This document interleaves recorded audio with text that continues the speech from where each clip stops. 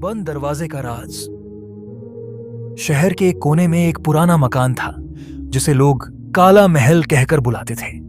उस मकान में पिछले 10 साल से कोई नहीं रहता था, लेकिन हर रात लोगों को उस घर से पियानो की आवाज सुनाई देती थी। अजीब बात यह थी कि वहां कभी किसी को बजाते हुए नहीं देखा गया। राहुल, एक 25 साल का लड़का जो अभी अभी पत्रकारिता में काम शुरू किया था, इस रहस्य को सुलझाना चाहता था। उसके अंदर हमेशा से जिज्ञासा और डर के बीच की लड़ाई चलती रहती थी। उसने ठान लिया कि वह इस घर का सच सबके सामने लाएगा। एक रात राहुल कैमरा और टॉर्च लेकर उस मकान की ओर बढ़ा। रास्ता सुनसान था, लेकिन उसका इरादा मजबूत था।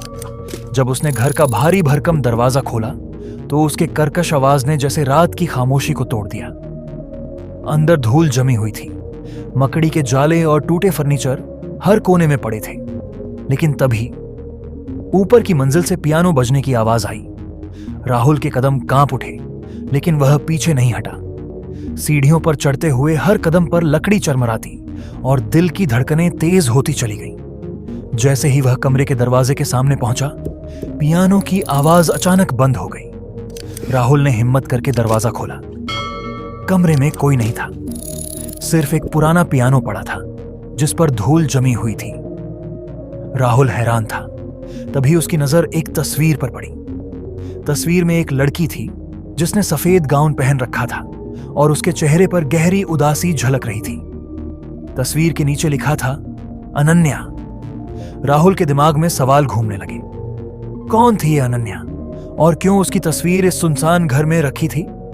वह तस्वीर कैमरे में कैद करके बाहर निकलने ही वाला था कि अचानक दरवाजा अपने आप बंद हो गया।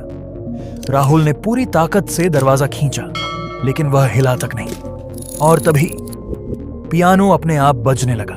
राहुल ने डरते हुए पीछे देखा और उसकी आंखें चौंधी आ गईं। कमरे में वही लड़की खड़ी थी, तस्वीर वाली। सफेद गाउन, उदास चेहरा और आंखों में आंसू। कौन हो तुम? राहुल की आवाज कांप रही थी। लड़की धीरे धीरे बोली, मैं अनन्या हूं और मैं इसी घर में हमेशा के लिए कैद हूं। राहुल की सांसें रुक गईं।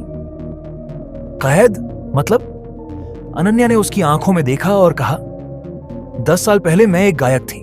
मेरे पापा चाहते थे कि मैं डॉक्टर बनूं, लेकिन मैंने संगीत को चुना। गुस्से में आकर उन्होंने मुझे इस कमरे में बंद कर दिया।